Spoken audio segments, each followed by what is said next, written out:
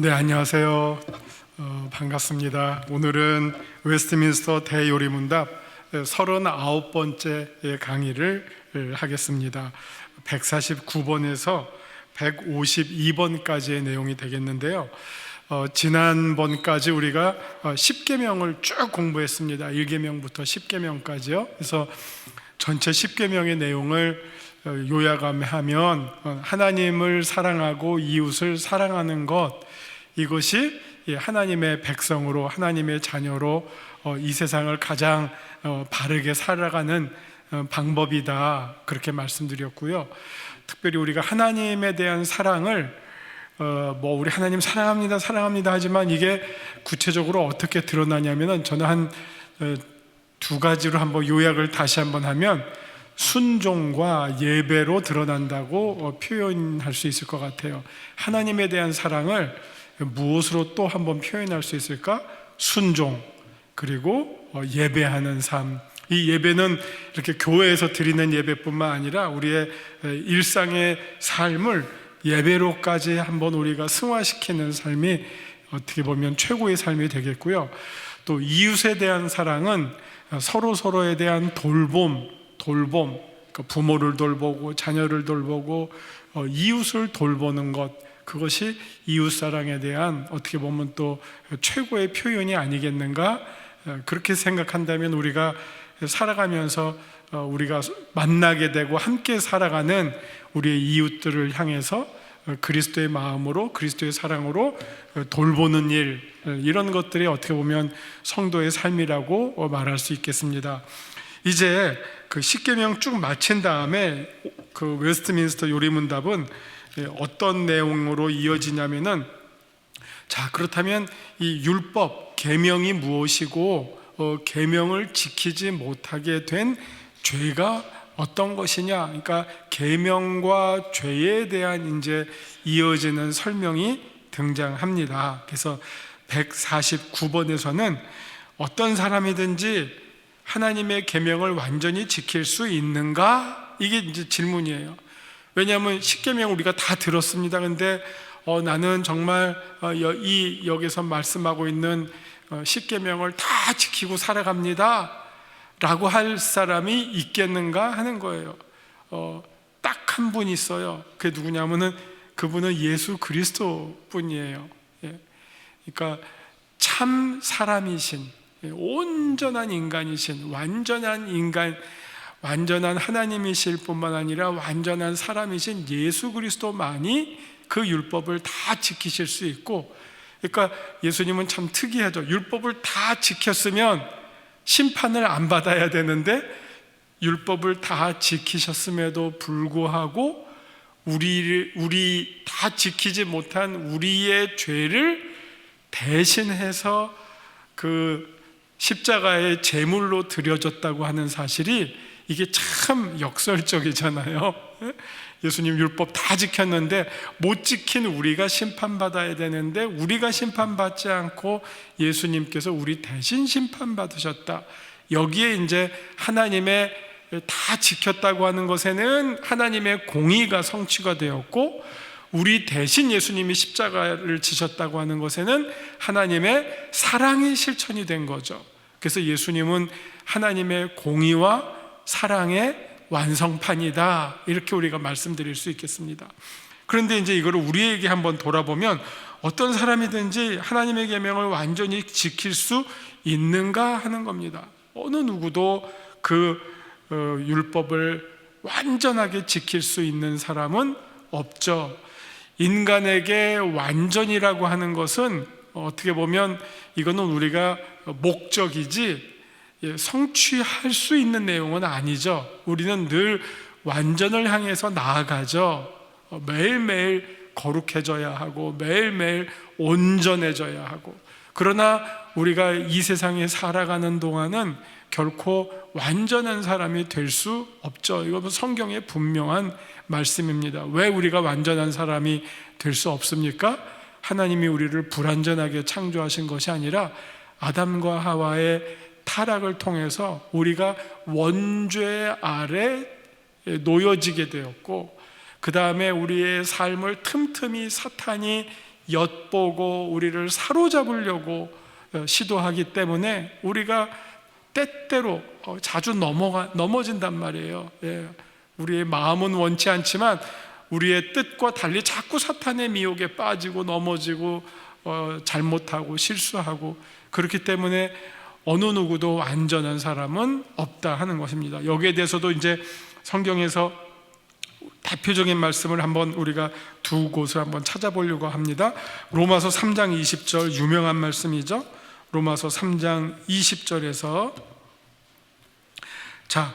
로마서 3장 20절, 그러므로 율법의 행위로 그의 앞에 의롭다 하심을 얻을 육체가 없나니 율법으로는 우리를 완전하게 하는 그런 방법이 아니라 그 목적을 수행할 수가 없어요. 그럼 우리가 율법을 통해서 어떤 그 목적을 우리가 누리느냐?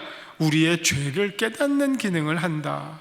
율법을 통해서 내가 이거를 못 지키는구나, 이걸 지켜야 되는데 또 못 지키게 되는구나, 내가 이만큼 약하구나, 누가 나를 도와줄까 해서 이 율법의 기능을 우리가 여러 가지로 설명할 수밖에 없어요. 이게 그냥 너무 하나다라고만 이야기할 수가 없어요. 마치 칼이 강도의 손에 들리면 흉기가 되고 의사 선생님의 손에 쥐어지면 그게 우리를 치료하는 도구가 되는 것처럼 이 율법도 여러 가지의 기능이 있어요. 그러니까 첫 번째는 무슨 기능이냐?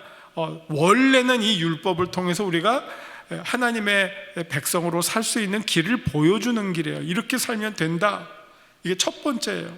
바르게 살 수 있는 길, 도둑질하지 않는 길, 간음하지 않는 길, 안식일을 잘 지키는 길, 우리가 이렇게 살아야 될 길을 보여주는 좋은 기능이죠. 근데 우리가 그 보여주는 길을 올바로 완전하게 걸어갈 수가 없어요.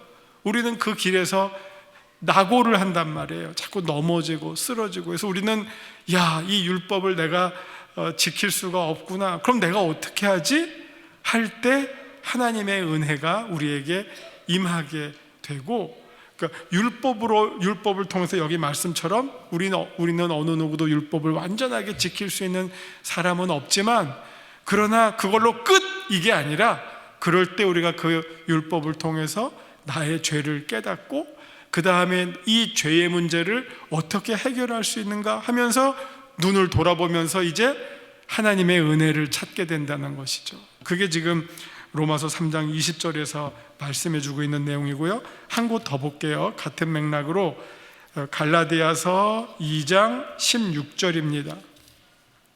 갈라디아서 2장 16절.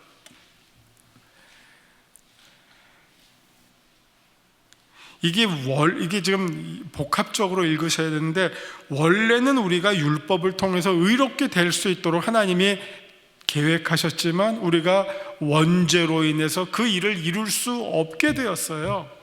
그래서 그 다음에 주신 말씀이에요.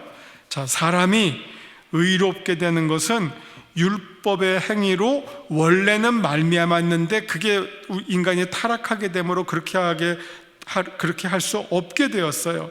그래서 이제는 오직 예수 그리스도를 믿음으로 말미암는 줄 알므로 우리도 그리스도 예수를 믿나니, 이는 우리가 율법의 행위로서가 아니고 그리스도를 믿음으로써 의롭다함을 얻으려 함이라.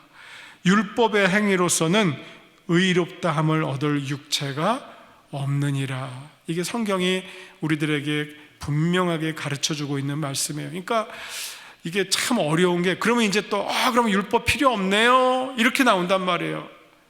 그렇기 때문에 우리가 아까 읽은 로마서 3장 20절에서 뭐라고 말씀하셨어요? 이 율법으로는 우리가 의롭다 얻을 수 있는 사람이 한 사람도 없지만, 그러나 이 율법을 통해서 우리가 죄를 깨닫는다. 죄를 깨닫는다고 했고, 여기 갈라디아서에는 그 죄를 깨닫게 된 우리를 어떤 방식으로 의롭게 되지? 그 율법을 통해서 죄를 깨닫게 된 우리가 예수 그리스도를 믿음으로 하나님 앞에서 의롭다함을 받는다. 요게 함께 이렇게 맞물려서 돌아가는 우리 기독교의 아주 복음의 핵심적 내용이에요.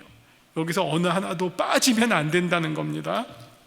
자, 그게 이제 149번입니다. 어떤 사람이든지 하나님의 계명을 완전히 지킬 수 있는가?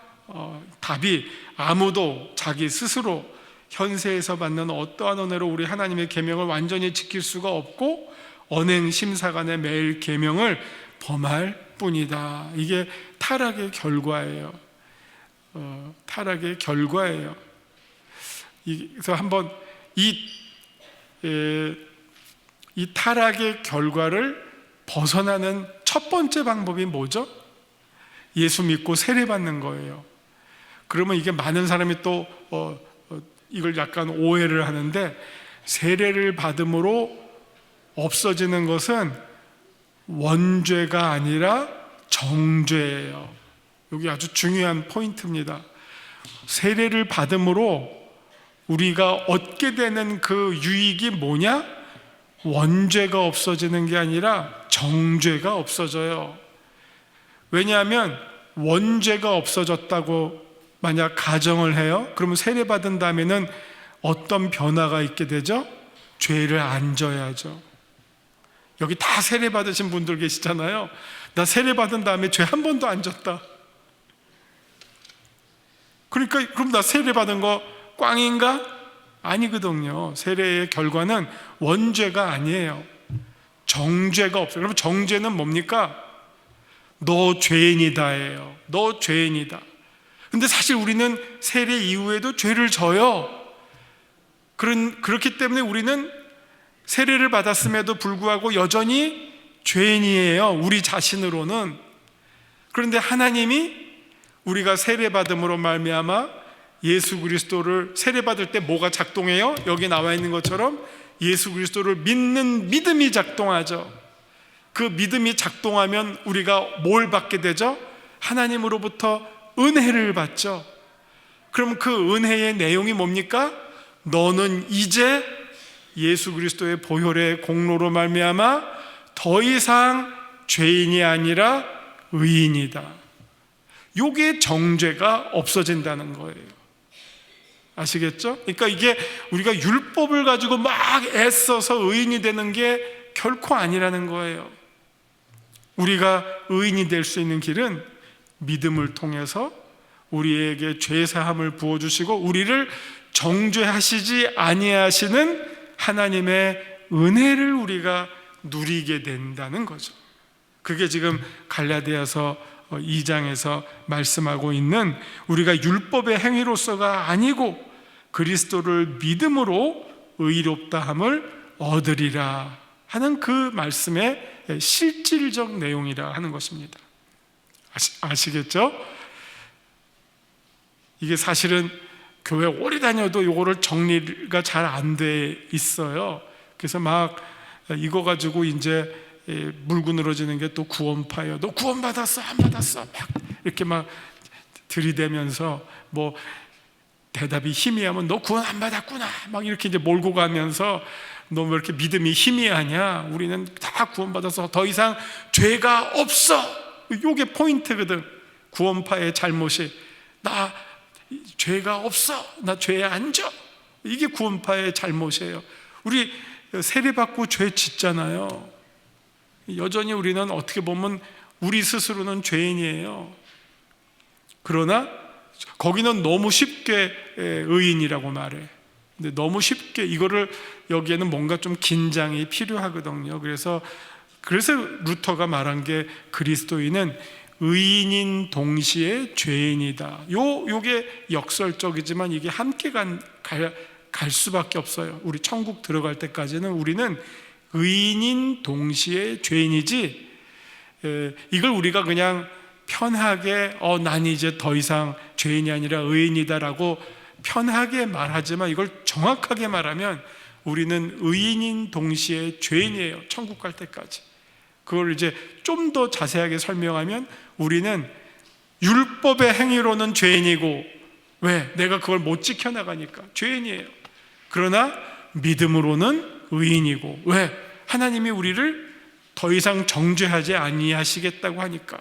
근데 요거가 없이 너는 무조건 의인이야 하면 이게 구원파예요. 그렇다고 무조건 죄인이야 하면 이건 또 율법주의자들이에요. 이 두 개가 함께 얽혀 있다고 하는 것.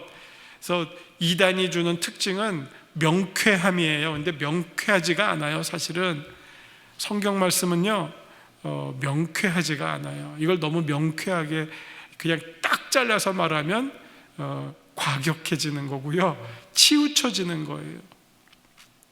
성경이 서로 상충되는 말을 얼마나 많이 해요. 그러나 왜 그렇게 말할 수밖에 없느냐? 우리의 이 땅에서의 삶, 하나님과 동행하면서 사는 삶은 정말 무지개와 같이 너무 다양하고 다채로워요. 천국에서의 삶을 여기서 경험한다는 게 그렇게 단순하겠어요? 단순하게도 말할 수 있지만 아주 신비하고 오묘하고 인간의 언어로는 다 표현할 수 없는 그런 한계가 있어요. 그 한계를 무시하고 그냥 간단하게 얘기하면 그게 이제 이단들이 범하는 오류에 해당되게 됩니다. 자, 150번.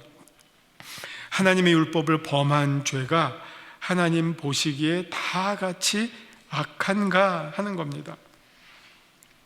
하나님의 율법을 범함은 동등하게 악한 것이 아니지만 어떤 죄만은 악화의 요소가 있기 때문에 하나님 보시기에 다른 죄보다 더 악하다. 이게 쉽게 말하면 죄도 등급이 있는가 하는 거예요. 죄도 등급이 있는가. 우리 모든 나라의 죄도 등급이 있죠. 민법이 있고 형법이 있어요. 민법은 이 민법에 대한 처벌은 깜빵 가는 거는 아니에요. 대개는, 물론 심하면 깜빵 가지만, 경제사범 심하면 깜빵 가지만 대부분은 뭐 벌금 이 정도고요. 형법은 감방 가는 거예요. 그거는 그래서 징역 6개월서부터 3개월, 6개월, 1년, 몇 년, 무기징역, 사형까지 있잖아요.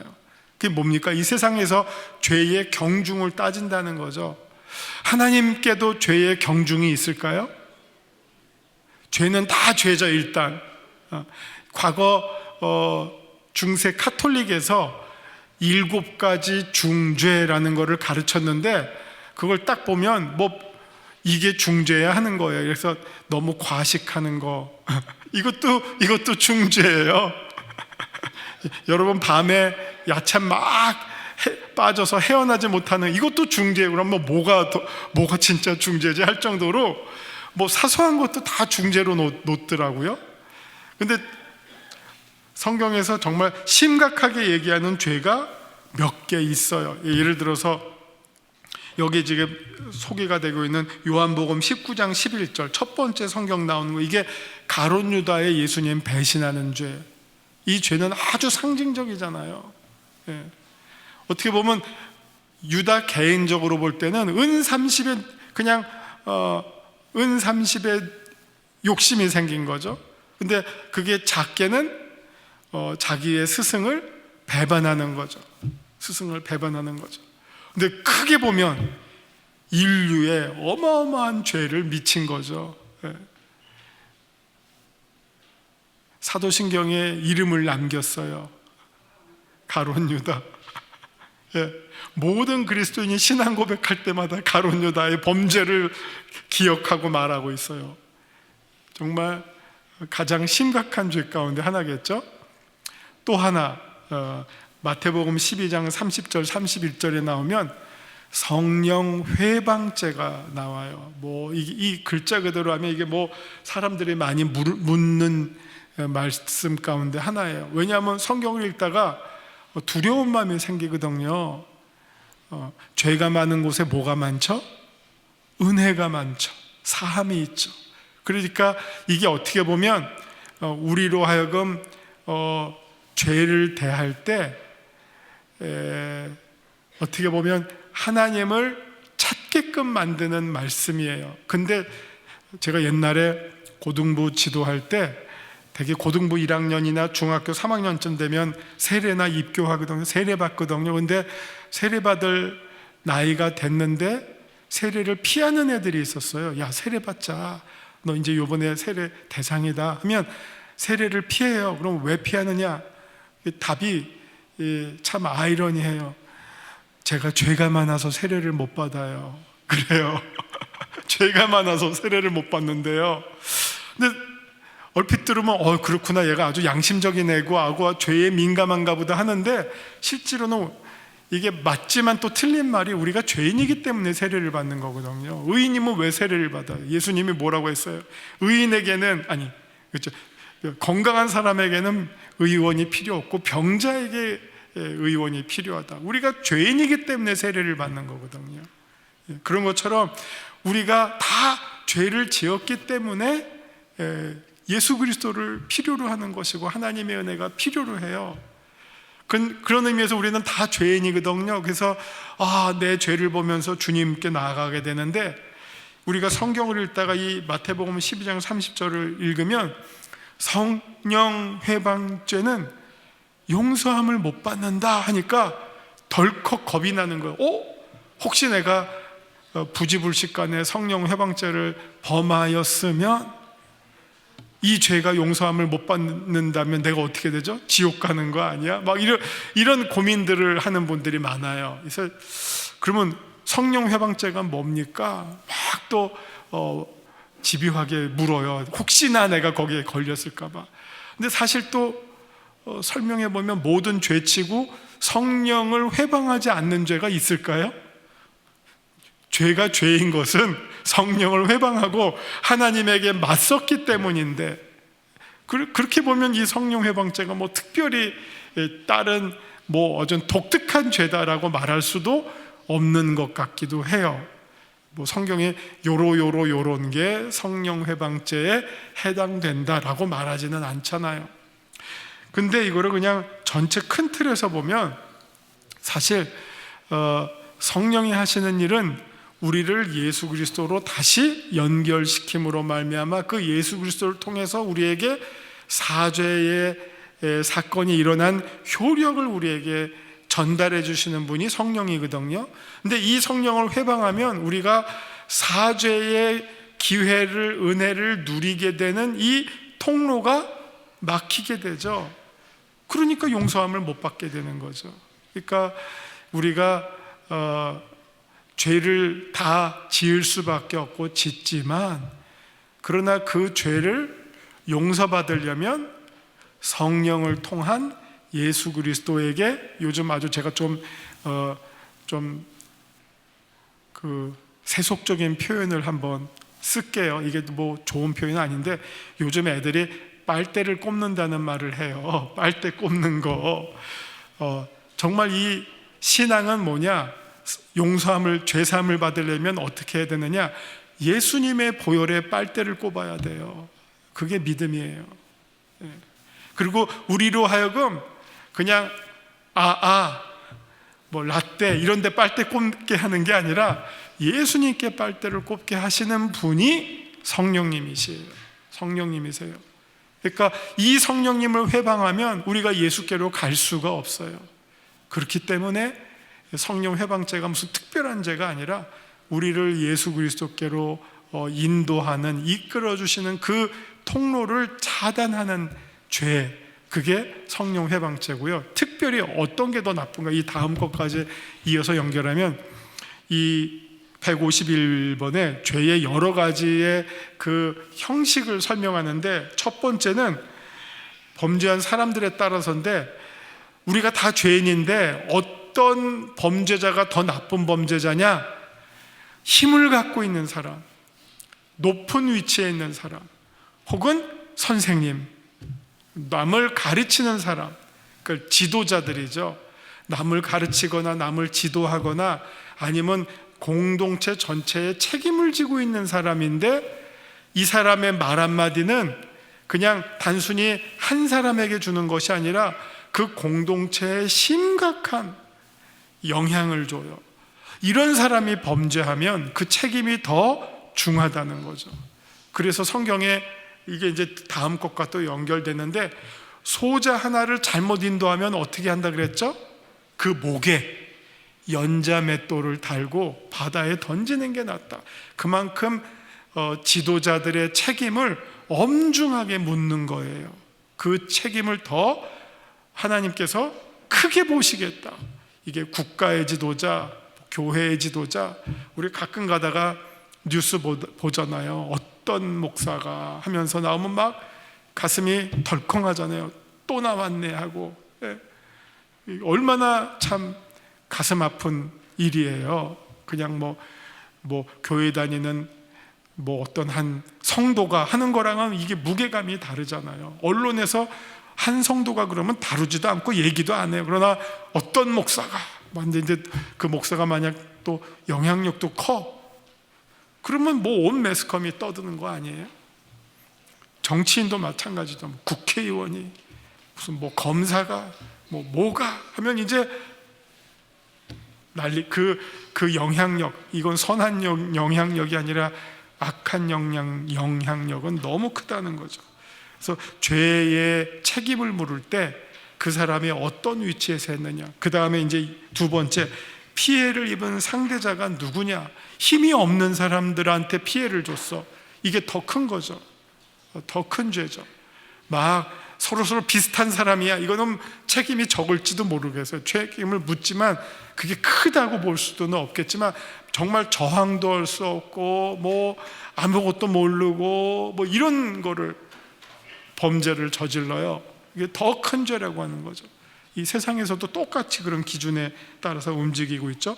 그 다음에 범죄의 성질과 바탕에 따라서, 이거는 이 세상에도 과실로, 실수로 하는 범죄가 있고, 그 다음에 의도적으로 계획해서 하는 범죄가 있잖아요. 그래서 그런 범죄, 우리가 고의로 하는 범죄, 알면서 그거를, 그리고 반복적으로 한 죄, 이런 죄는 우리가 정말 가급적 짓지 않고 피해야 된다.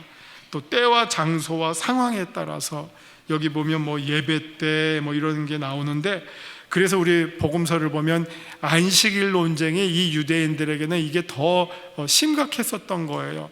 하필 죄를 짓는데 안식일 날 죄를 져요. 그러면 유대인들이 보기에는 그냥 더 심각하게 받아들였던 거죠. 그래서 이제 예수님과 율법학자들 사이에 안식일 논쟁이 벌어진 거죠. 이거 하필 이거 딴 날 해도 되는데 왜 오늘 해? 율법학자들이 따졌던 거 아니에요. 근데 예수님은 기준이 달랐죠. 사람을 구하는데, 지금 사람의 생명이 경각에 달렸는데 무엇이 더 중요해? 생명이 더 중요한 거 아니야? 율법의 조문보다? 그리고 사실은 하나님이 그걸 더 원하실 게 아니냐? 이렇게 말씀하시면서 과감하게 안식일날 생명을 구하시는 일들을 하신 것을 보게 됩니다. 자, 마지막에 모든 죄가 하나님의 손에서 마땅히 받아야 할 보응이 무엇인가?